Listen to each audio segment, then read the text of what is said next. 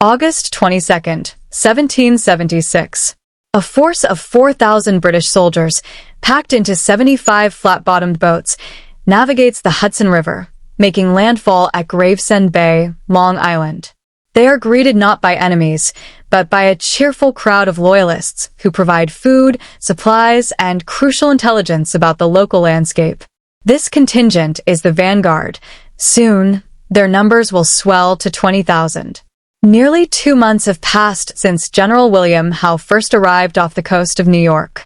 Now, the long-awaited arrival of transport ships and warships from Britain, Ireland, Germany, and the Carolinas has finally brought his entire force together.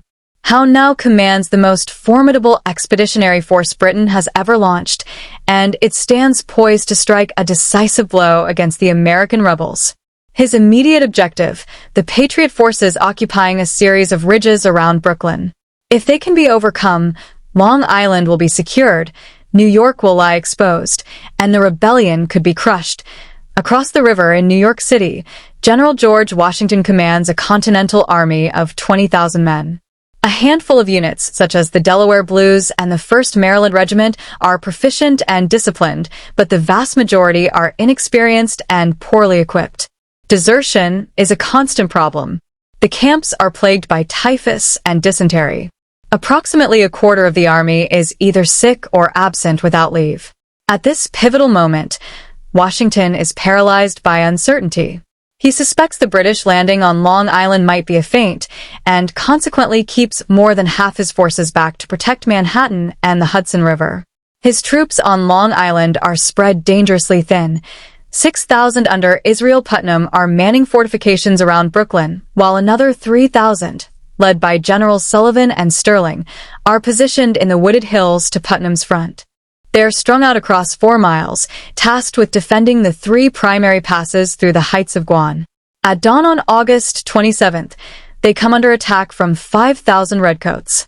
The air fills with the crackle of musket fire and the roar of cannon as volleys are exchanged. It is the Continental's first taste of battle on open ground, and so far, they're holding their ground. But it is a cleverly laid trap. As Sullivan shifts troops from his center to reinforce Sterling, the terrifying sound of gunfire erupts from behind him. The horrifying realization dawns. He has been outflanked. General Howe has utilized a 4th, little-known path, swinging a force of 10,000 troops around the American line. Simultaneously, 5,000 Hessians launch a furious assault in the center. These German soldiers carry a terrifying reputation, and their appearance strikes fear into the American ranks. In an instant, order and discipline evaporate. The battle becomes a desperate scramble for survival. Only the elite 1st Maryland and Delaware battalions manage to keep their composure and maintain their lines. Overwhelmed by odds of 10 to 1, the 1st Maryland mounts a heroic rearguard action and is decimated. Watching the carnage unfold from Brooklyn, Washington is horrified. Good God, what brave fellows I must this day lose. The catastrophe on Long Island is a devastating setback for the American cause. British casualties number only 400. The Americans suffer over 2,000 losses, including Generals Sterling and Sullivan, both taken prisoner, though they were later exchanged on parole. The remnants of the Continental forces flee into the Brooklyn fortifications, their backs now against the East River. A swift, immediate assault by Howe might have ended the rebellion that very day. However, haunted by the memory of Bunker Hill and convinced the Americans are cornered, he instead opts for a cautious approach, ordering his men to begin digging siege lines. The following day, a torrential downpour soaks the landscape. Washington's situation grows increasingly precarious. The only thing preventing the British fleet from cutting off his escape is a persistent northeasterly wind, a wind that could shift at any moment. In the early hours of the 30th, shielded by darkness and a providential morning fog, Washington orchestrates the evacuation of his entire army across the East River to Manhattan. It is a silent, orderly, and impeccably managed withdrawal. An American lieutenant later remarks, "In the history of warfare, I do not recollect a more fortunate retreat." Washington has narrowly averted complete disaster. But the pressure is far from over. September 1776. 2 weeks after his triumph on Long Island, General Howe halts his advance to extend an olive branch. He genuinely believes that some form of reconciliation might still be achievable. In fact, he and his brother, Admiral Richard Howe, in addition to their military roles, have been designated peace commissioners, empowered by the king and parliament to grant pardons and restore harmony to the colonies. However, a conference with Congressman John Adams, Benjamin Franklin, and Edward Rutledge yields no progress. Forces have been sent out and towns have been burnt. We cannot now expect happiness under the domination of Great Britain. All former attachments have been obliterated. Roughly half of New York's population has already fled the city. Many of those who remain are loyalists. With British warships anchored in the Hudson and East Rivers, Washington concludes he must abandon the city. On September 12th, he initiates the withdrawal. Troops and wagons are still in the process of leaving 3 days later, when Howe launches his attack at Kip's Bay. For 1,000 British and German troops, backed by the firepower of 80 naval guns, encounter minimal resistance. The Continental Army dissolves into a chaotic stream of fugitives as the British consolidate their foothold. Washington tries desperately to rally his men, but is utterly disregarded. The general snaps in frustration. Are these the men with which I am to defend America? Later that day, General Howe enters New York City, receiving a hero's welcome from Loyalist residents. Thus this town, which these blustering rebels had taken such wonderful pains to fortify, was given up in 2 or 3 hours without any defense, or the least appearance of a manly resistance. The following day, the Americans managed to repel a British column advancing on Harlem Heights to small, fleeting moment of relief, but as Pastor Shokirk of New York observes, the merry tones on drums and fifes had ceased. The sick, the aged, women and children, half naked, were taking refuge from the fire. The terror was increased by the horrid noise of the burning and falling houses, the confused voices of so many men, the shrieks and cries of the women and children. On the hot, dry night of September 20th, 1776, a devastating fire consumes nearly a quarter of New York City. Whether it was an accident or an act of arson remains unclear. But it is a crippling blow for the residents still in the city, especially with winter looming. In October, the British resume their maneuvering. They sail up the East River with 12,000 men, aiming to outflank the rebel positions. They come ashore at Pell's Point. Following a fierce skirmish, Washington is compelled to pull back to White Plains. 10 days later, Howe launches another assault. Hessian troops from Colonel Rawle's regiment surge forward, pushing the rebels back to Chatterton Hill. Here, the Americans make a stand, pouring volleys into the advancing columns.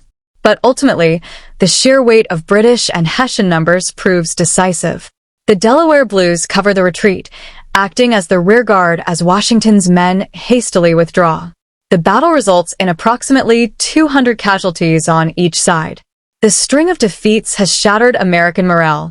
Nearly half the army has deserted. The exodus continues daily.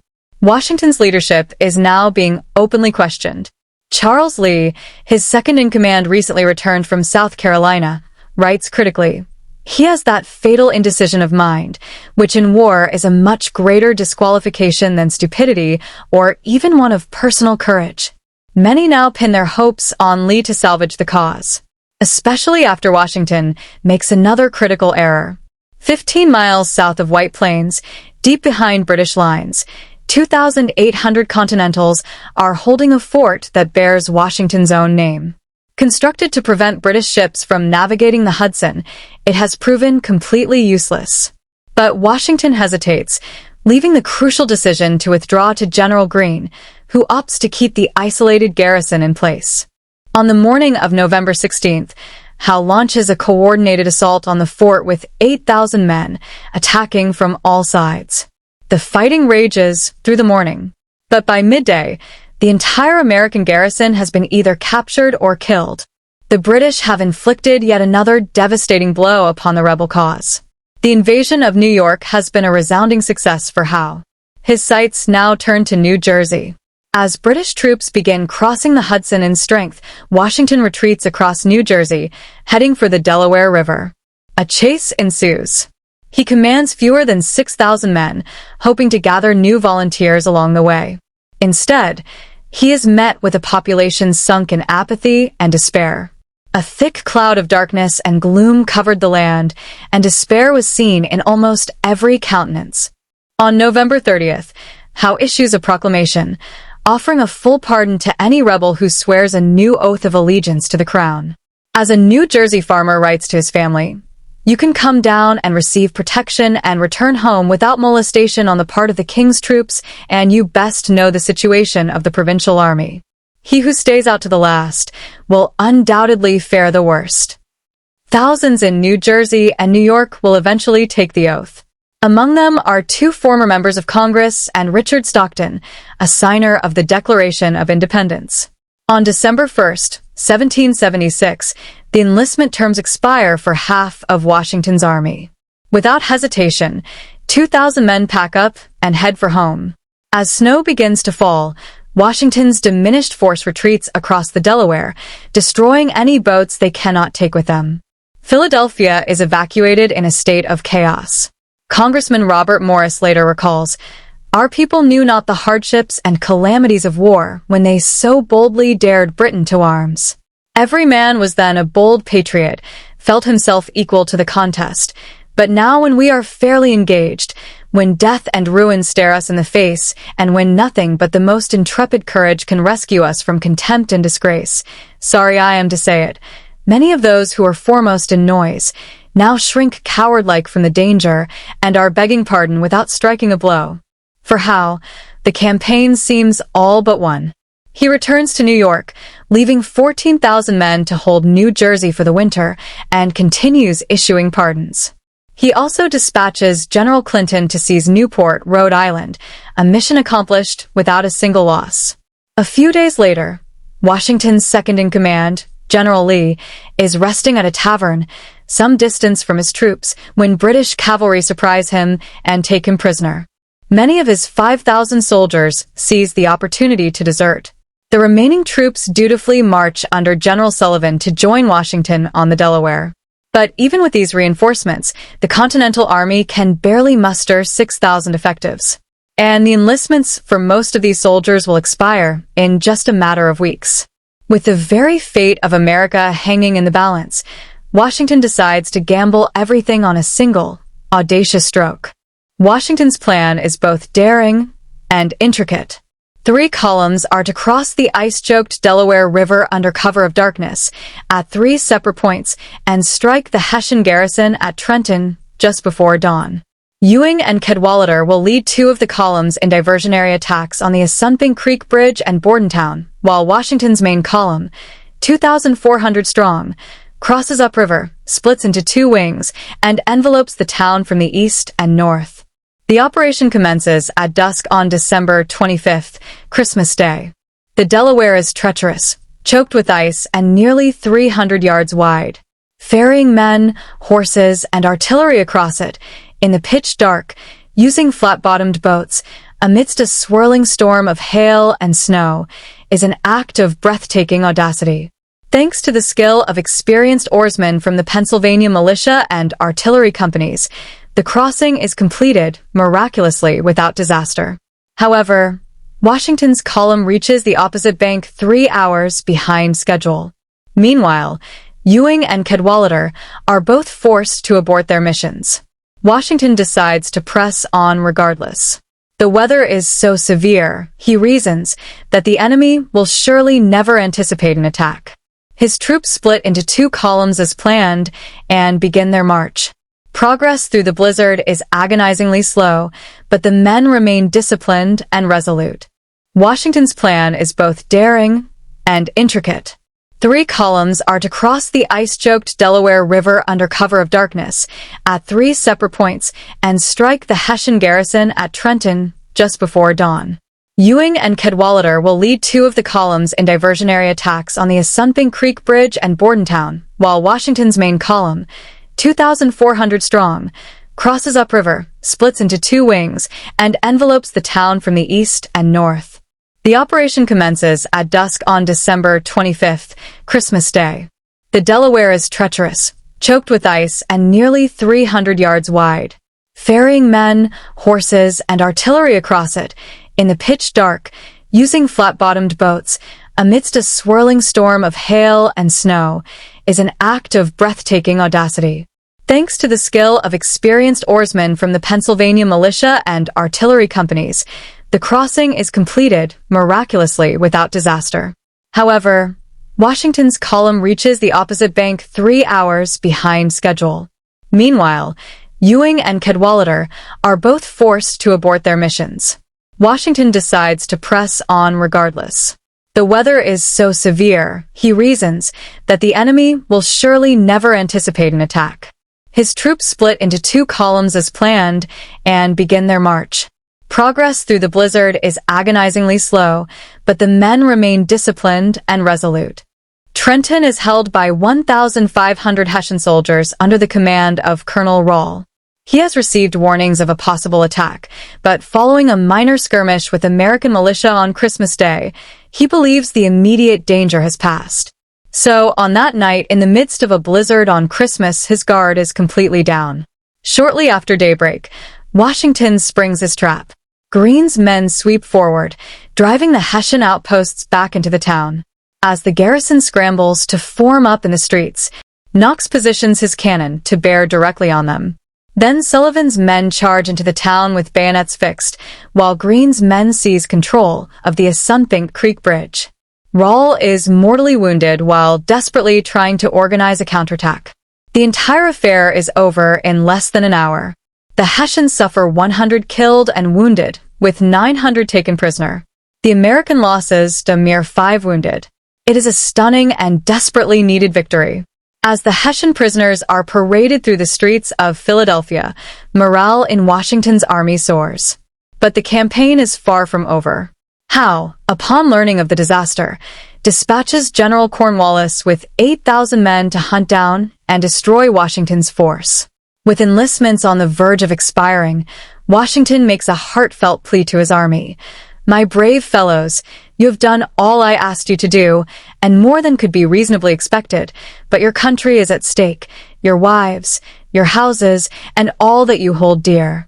You have worn yourselves out with fatigues and hardships, but we know not how to spare you. If you will consent to stay 1 month longer, you will render that service to the cause of liberty and to your country, which you can probably never do under any other circumstance." His stirring words, coupled with a bonus of 2 months' pay, convince nearly all the troops to remain. Leaving 1,200 men to hold Princeton, Cornwallis advances on Trenton. His march is hampered by harassing fire from rebel riflemen and a sudden thaw that turns the roads to mud. Upon arrival, he finds the rebels entrenched on the far side of Assunpink Creek. His probing attacks are repulsed, costing him 300 casualties. With darkness falling, Cornwallis decides to wait for morning to launch his full-scale assault. This is precisely the opportunity Washington was hoping for. Under cover of night, his men march north in absolute silence, traversing rough country, to spring upon the garrison at Princeton. They arrive at the perfect moment, just as the British troops there are preparing to march and join Cornwallis. The British just manage to form a line of battle in time to meet the American attack. Fierce fighting erupts. Initially, the British have the upper hand. Then Washington himself charges into the thick of the action. An American officer witnesses the moment.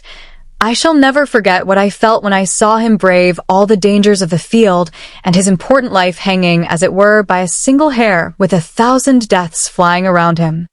Outnumbered and under heavy fire, the British lines falter and break into disorderly retreat. They suffer around 400 casualties. The American losses are fewer than 100. Princeton marks another stunning victory for the Americans, arguably Washington's most brilliant tactical maneuver of the war. However, the Continental Army is utterly exhausted, critically low on supplies, and still surrounded by threats.